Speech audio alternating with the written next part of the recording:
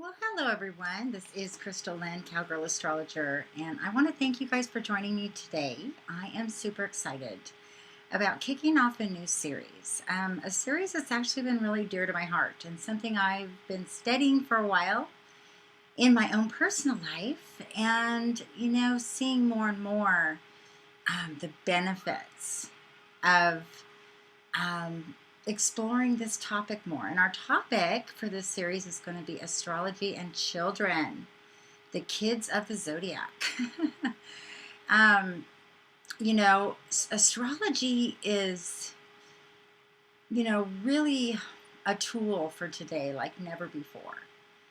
And it's always evolving because the planets are always changing.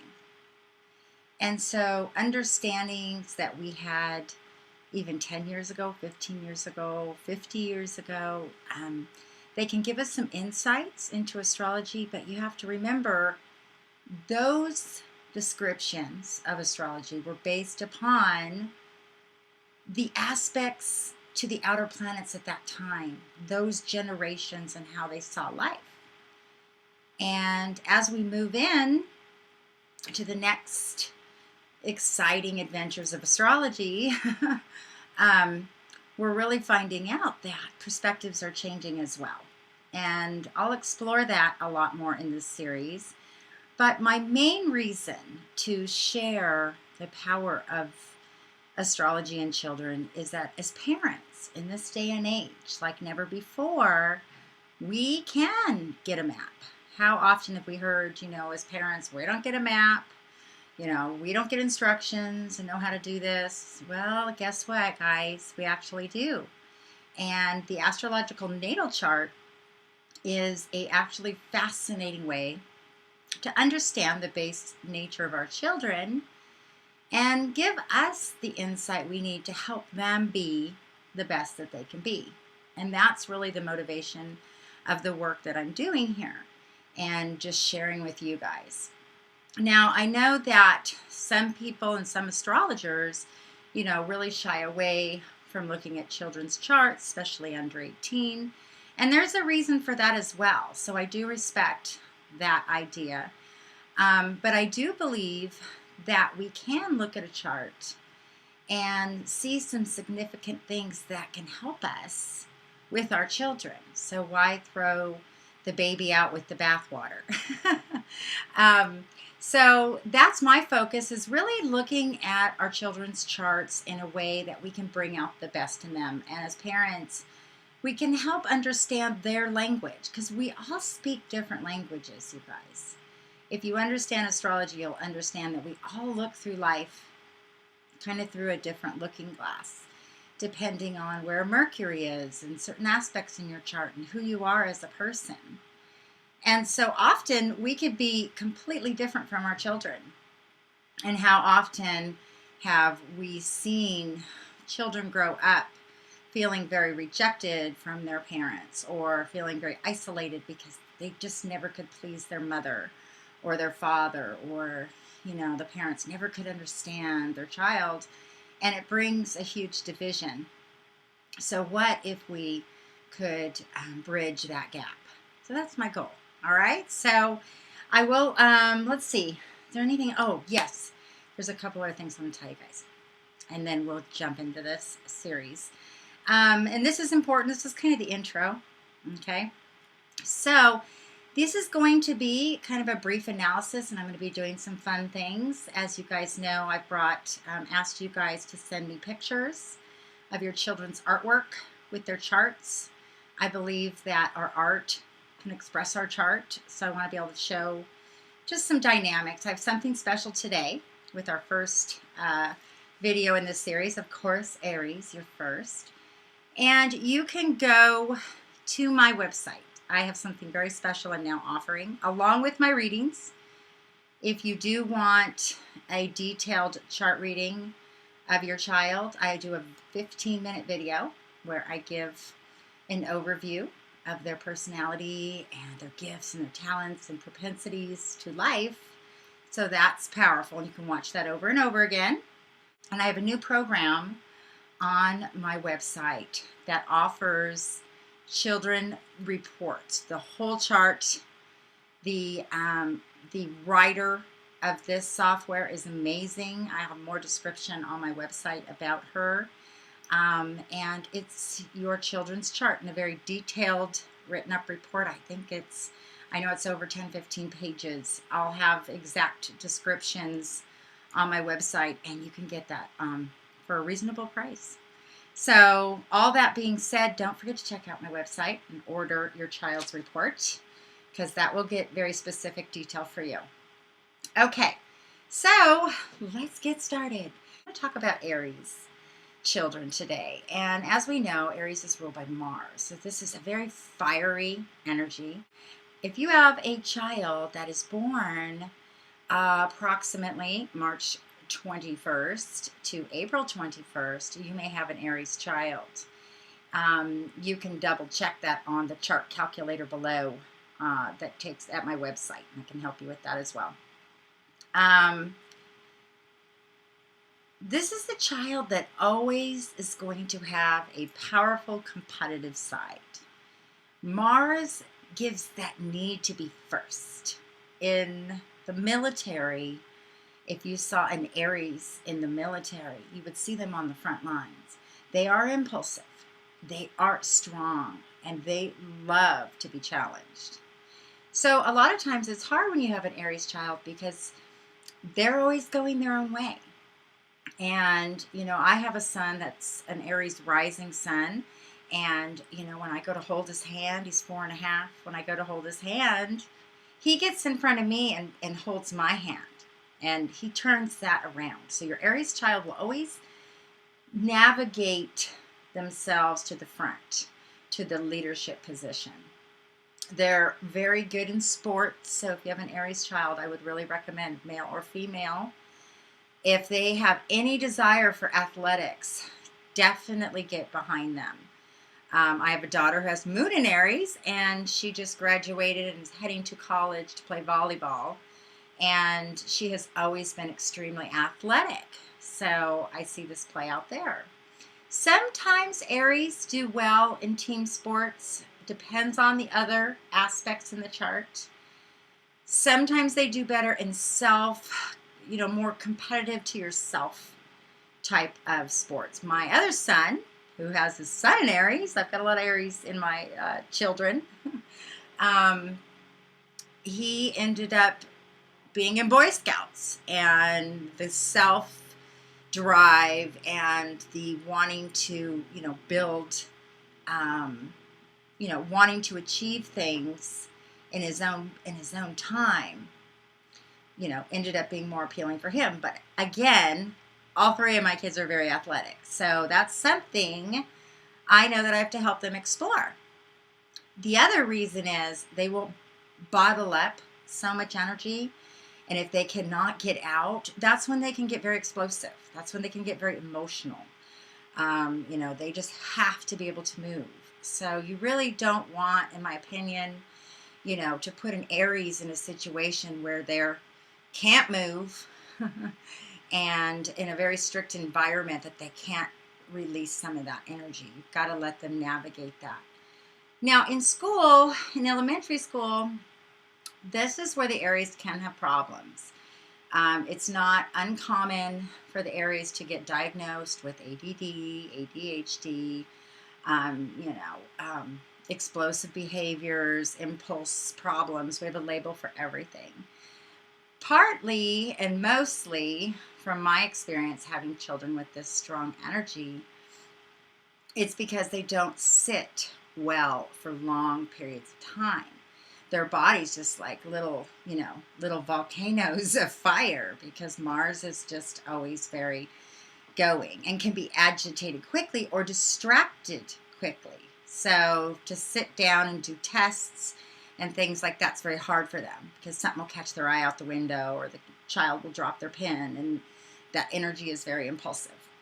So, sometimes you have to look at different options for learning.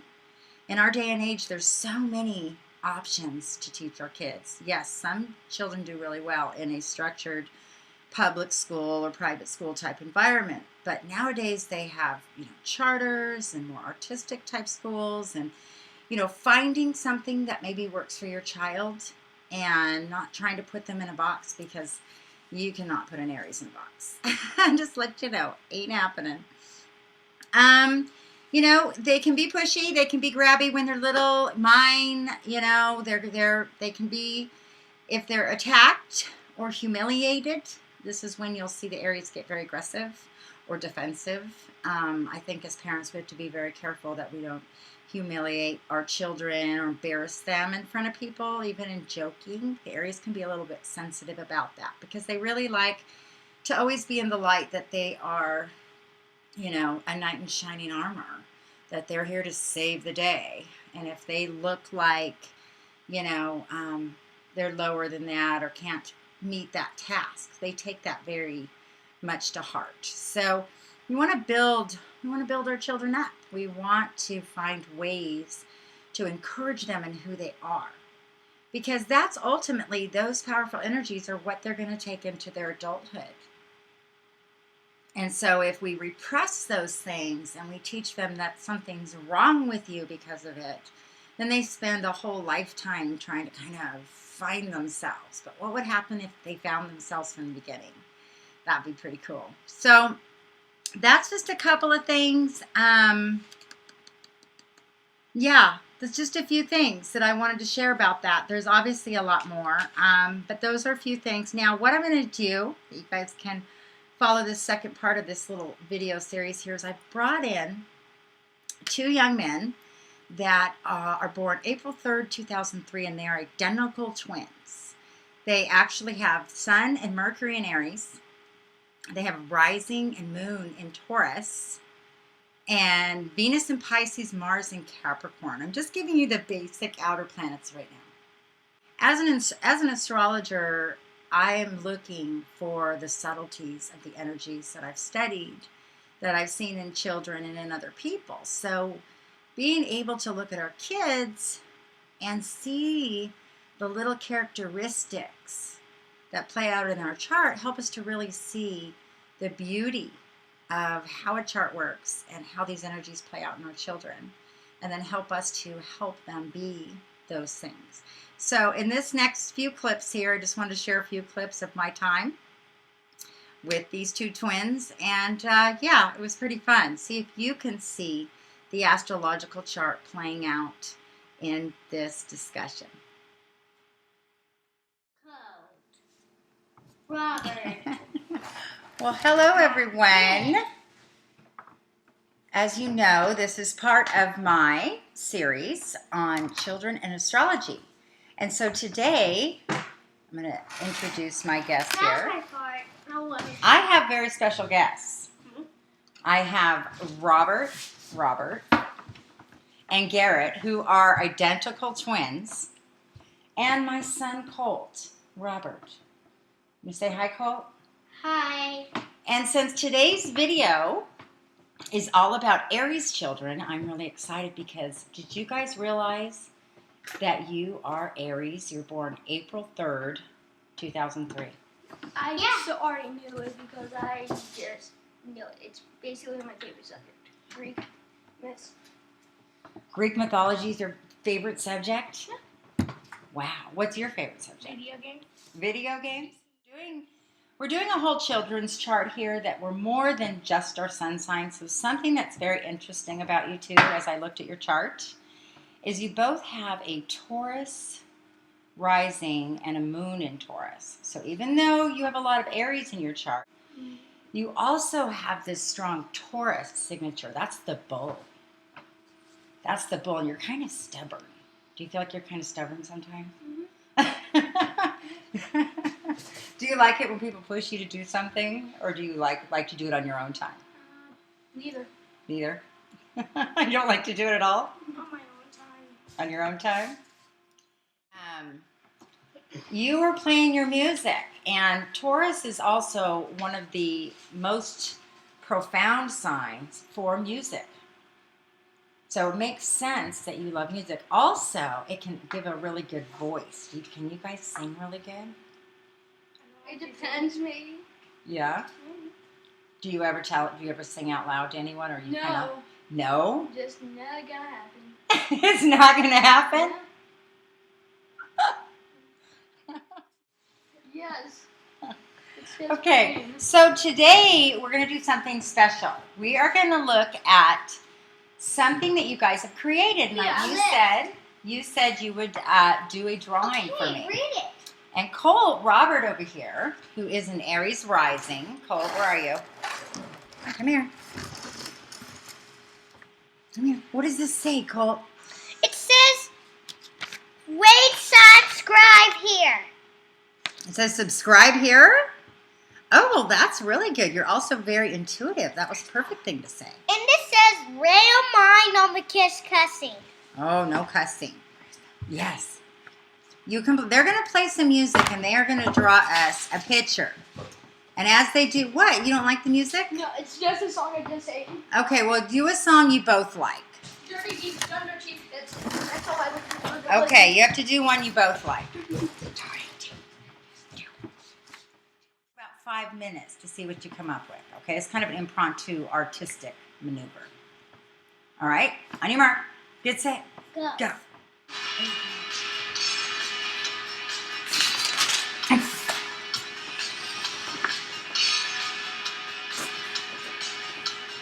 Well, not pushing back. We have to push back.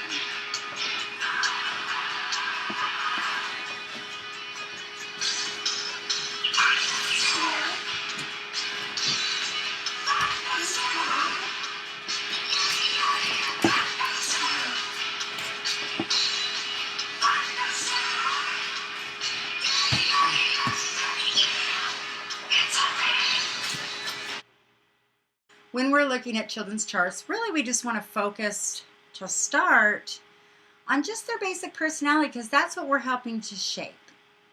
We never want to bring, if we are understanding astrology or we're concerned about things in astrology or in our children's chart, ever want to bring that forward to the table, because you have to remember that we have free will, and fate, it can be navigated.